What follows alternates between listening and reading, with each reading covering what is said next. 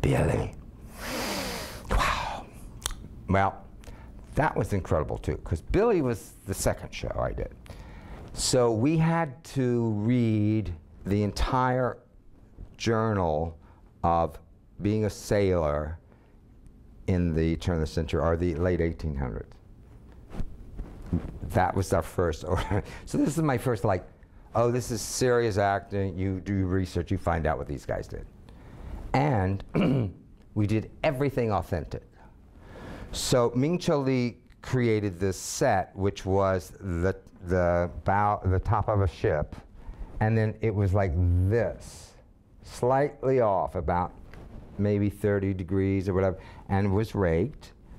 And so, and it was a cyclorama instead of a scrim. So there was this incredible sense of being out at sea and floating.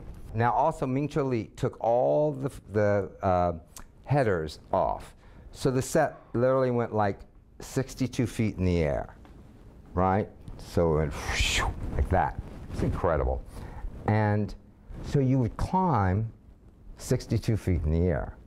And the only way you would come down, because we did authentic, was you go to the edge of the rigging and you grab a single rope and swing yourself around and let yourself down like this.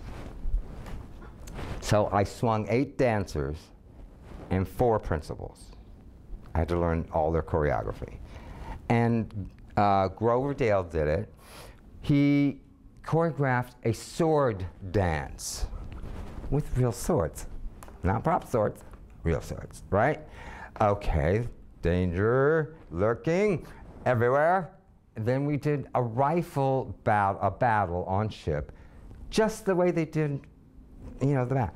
There was a hole in the, and the way they got the guns, they would throw them up, and you had to catch it. Oh, and then we also did a pike dance. You know, harpoons, like, boom, against each other. I mean, whoop, and the harpoon goes, ah, stage manager killed by harpoon. There was me, Michael Peters was in the ensemble, the guy that went on to choreograph Thriller, who was an amazing dancer. There was Frank DeSalle, who worked a lot. There was Stephen Bookvor, Chris Chadman. There was one girl in the show called, who was Barbara Monte Britton, who was amazing, because talk about Broadway gypsy, another really Broadway gypsy. She had worked for everybody, and you know, she knew the ropes. Speaking of ropes, it was so dangerous. It was the most dangerous show I've ever done. Anyway, so it comes to the battle scene, and we're I get my waffle, run upstairs, get on the ring, go, boom, get up, boom, and move, boom. And I hit Danny Carroll because he didn't wait. It was his fault.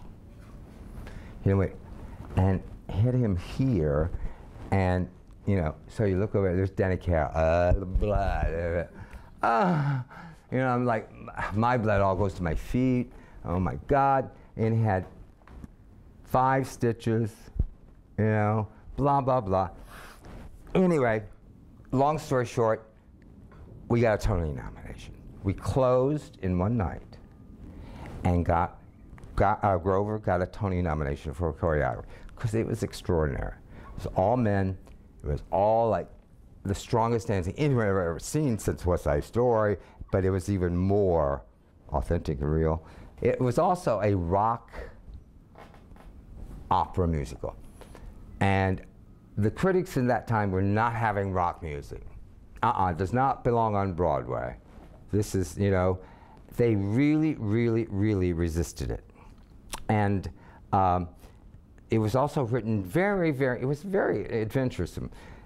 There would be arcs, musical arcs of sections. So one of the arcs was a day in the life of a sailor.